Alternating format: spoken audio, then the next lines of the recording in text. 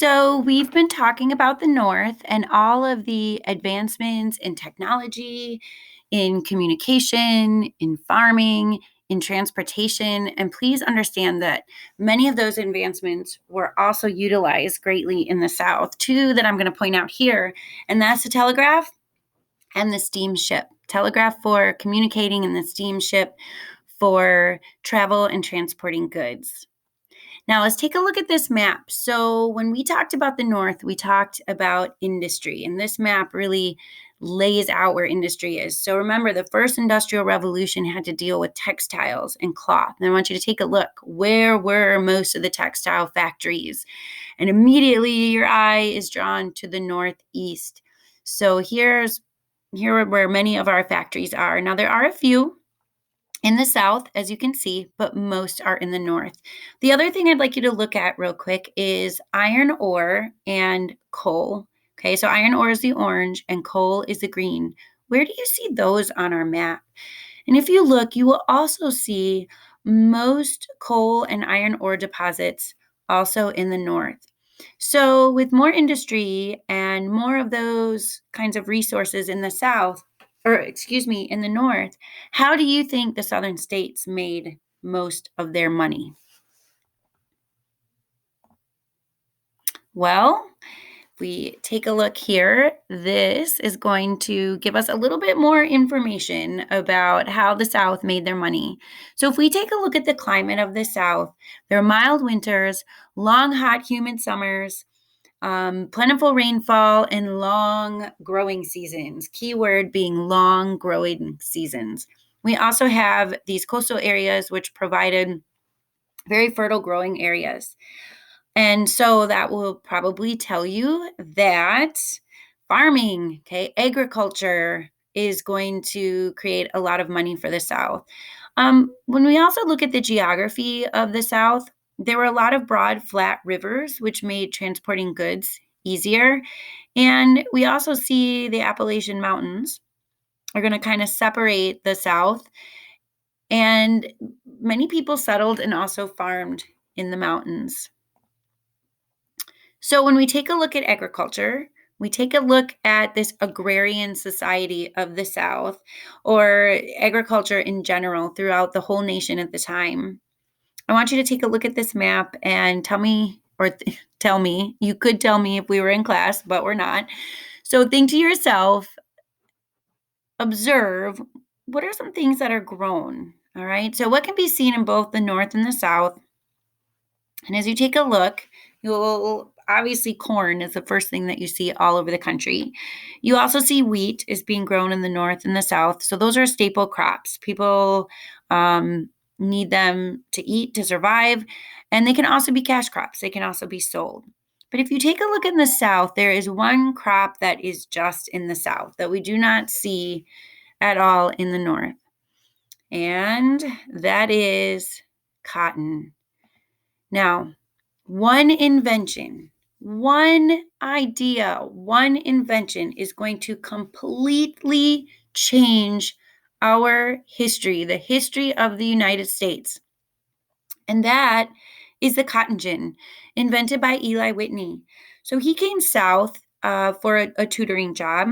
He ended up not tutoring, but he traveled down south and he observed some slaves, okay, processing this cotton. So they would pick the cotton, and then the cotton needs to be separated. The seeds need to be separated, okay, taken out to make the fluffy stuff that you can spin into thread and eventually make cloth. And he saw that many slaves would sit and they would kind of process this cotton, and it would take many slaves long hours.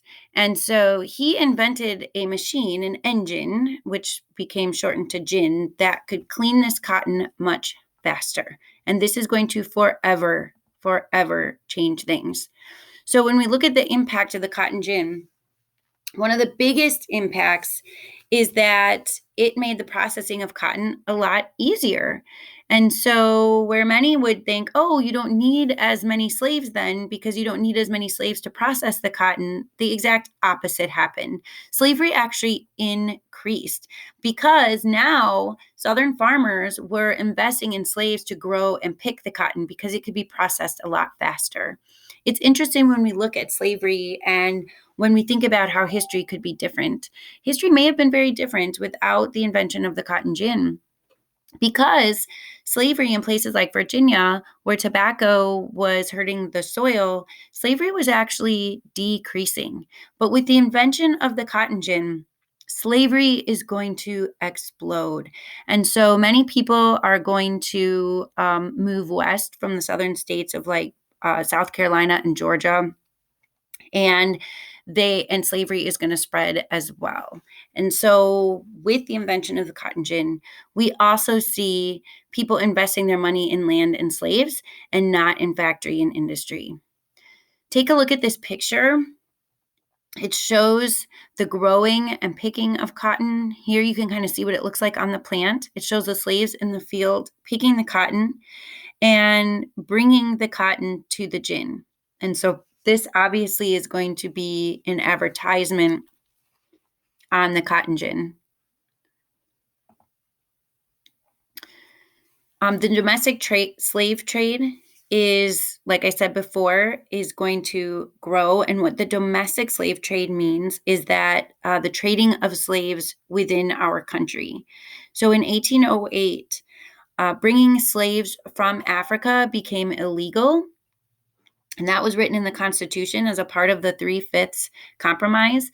And so once this date passed, then the slave trade within the United States is going to become big business. And there we get the rise of what's called the Cotton Kingdom. Some people talked about or called themselves the Cottonocracy, kind of going off of the word aristocracy. And so wealth. Okay, people who were wealthy, they gained wealth by having large cotton plantations. We also start to see, as I said before, with the growth of cotton, we see many people, take their slaves west. And so, because of this dependence on cotton to make money, there's also going to become a dependence on slavery, slave labor.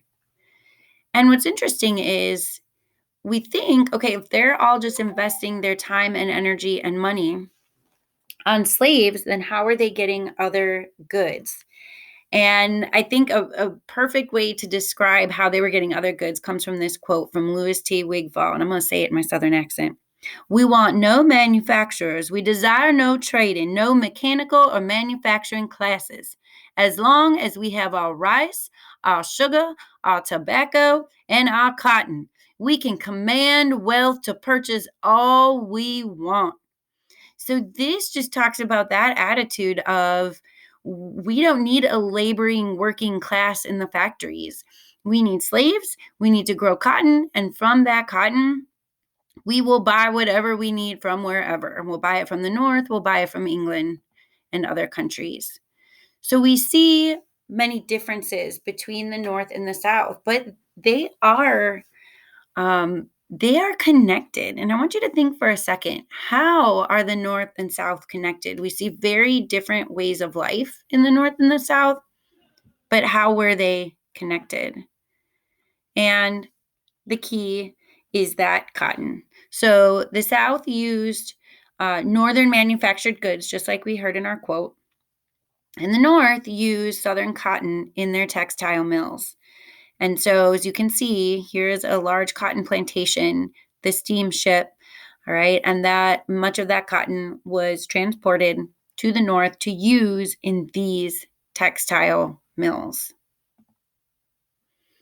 And Southern transportation, most of the South relied on natural waterways, and what that means is waterways that were already there, like rivers. So unlike the North, they didn't build canals. They didn't really rely on roads or railroads. So waterways was the main way to transport goods. And so the North had a much more intricate system of railroads than the South did. Many Southern railroads went from city to city, and that was it. They weren't all connected together like they were in the North.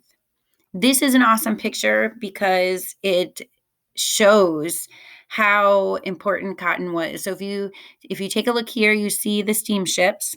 Look at how massive they are. And these are bales of cotton.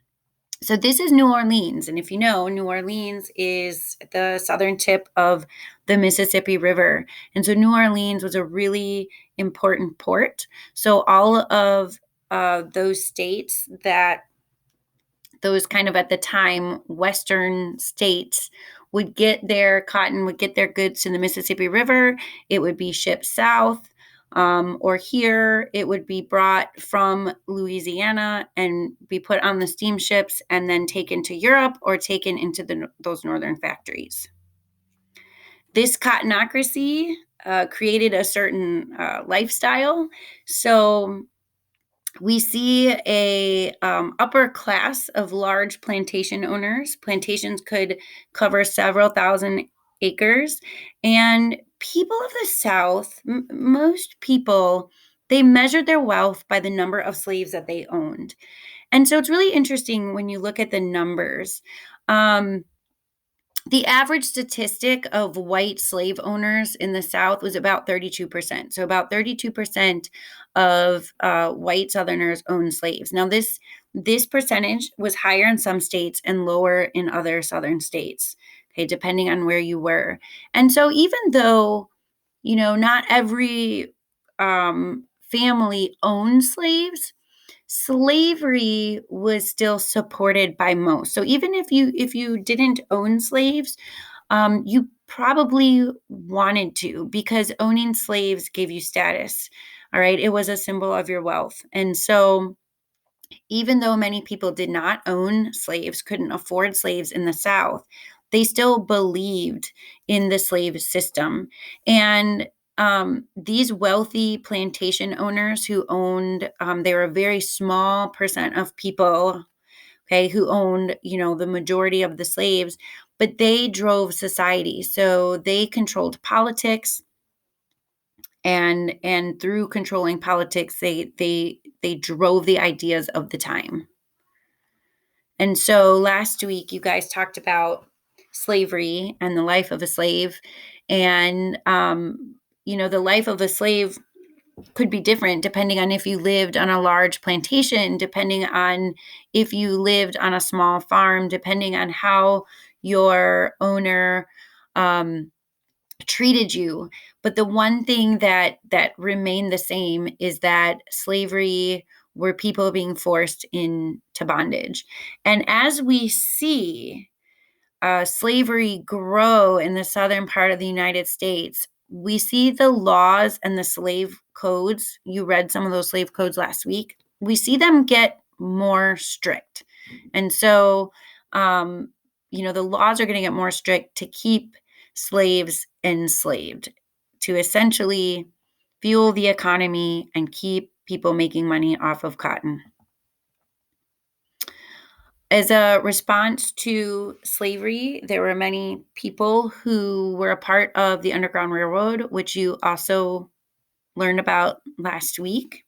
And so that was a network to help escaped slaves get to the North. The only real safe place for slaves during much of this time, especially the late 1850 and beyond, was Canada.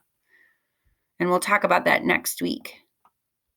All right, guys. So now that we finished talking about the South, you are going to write your summary about what you have learned about life in the South. This summary should be at least 5 detailed sentences and should include at least 5 of the following words. So if I say at least 5 words, try and shoot for 10.